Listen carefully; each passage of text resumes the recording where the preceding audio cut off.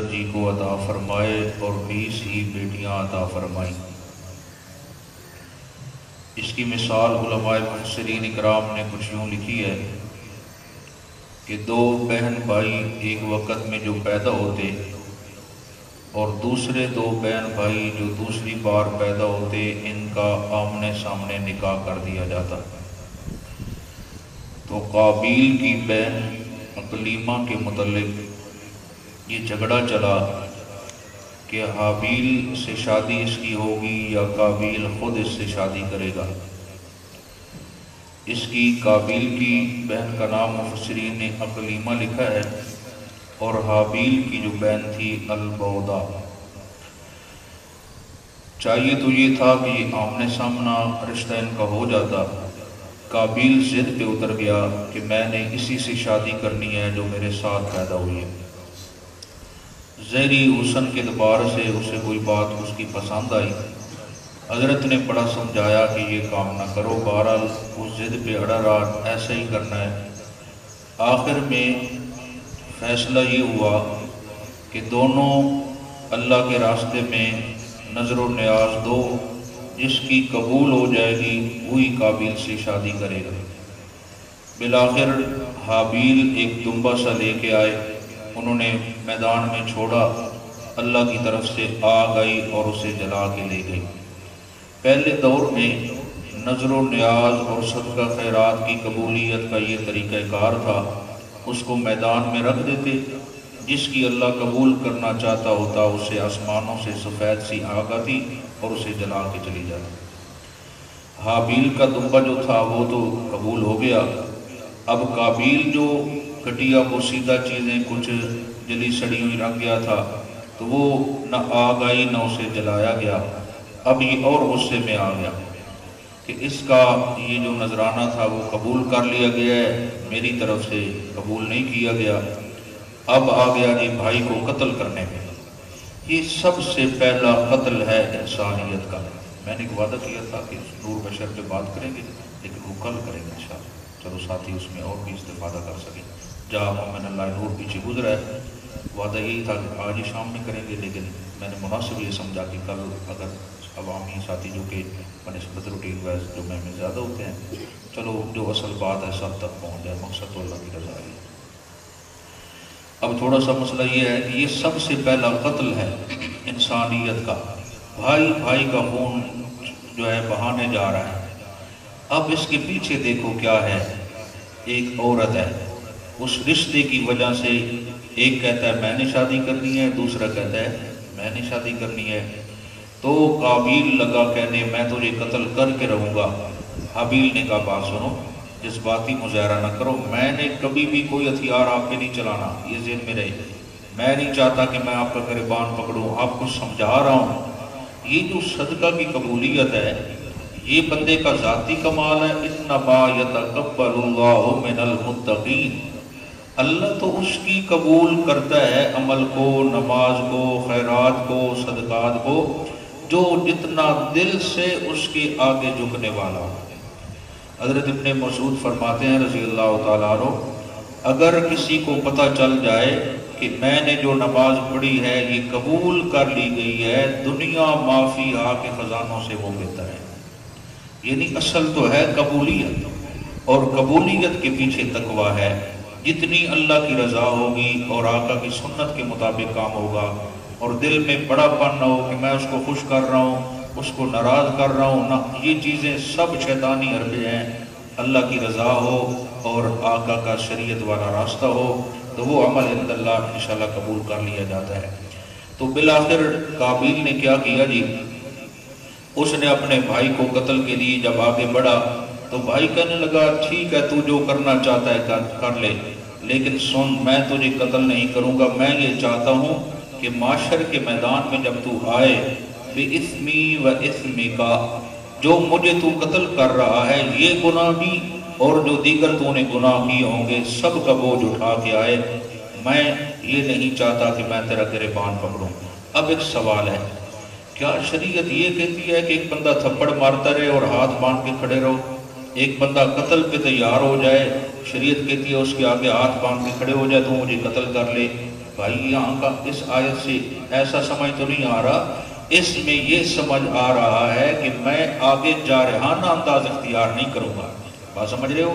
اپنا دفاع کروں گا جہاں تک مجھ سے ہو سکا، اپنے آپ کو بچاؤں گا، تو اسے بھاگوں گا، راستہ تبدیل کروں گا، محفل تبدیل کروں گا، لیکن میں جارحانہ انداز اختیار کر کے اس کی وجہ، اگر ایک بندہ مومن کو قتل کرنا چاہتا ہے، دوسرا بھی یہی نیت کر لیتا ہے، تو دونوں فارغ ہو گئے. دونوں کیا ہو گئے؟ دونوں فارغ ہو گئے.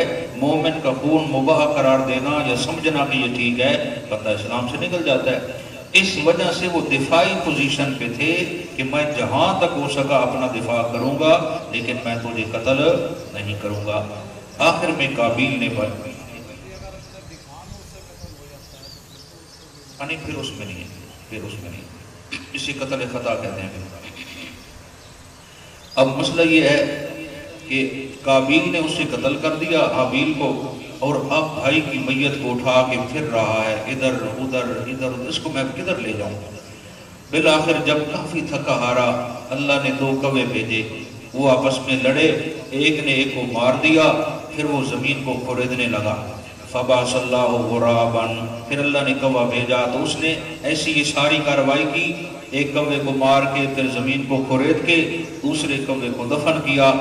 اب یہ پریشان ہوا، ہوئے ہوئے میں تو کوے سے بھی بھیڑا تھا.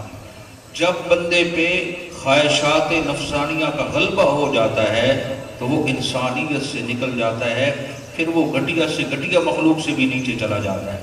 اب ایک مسئلہ اور پڑھیں گے ساتھ.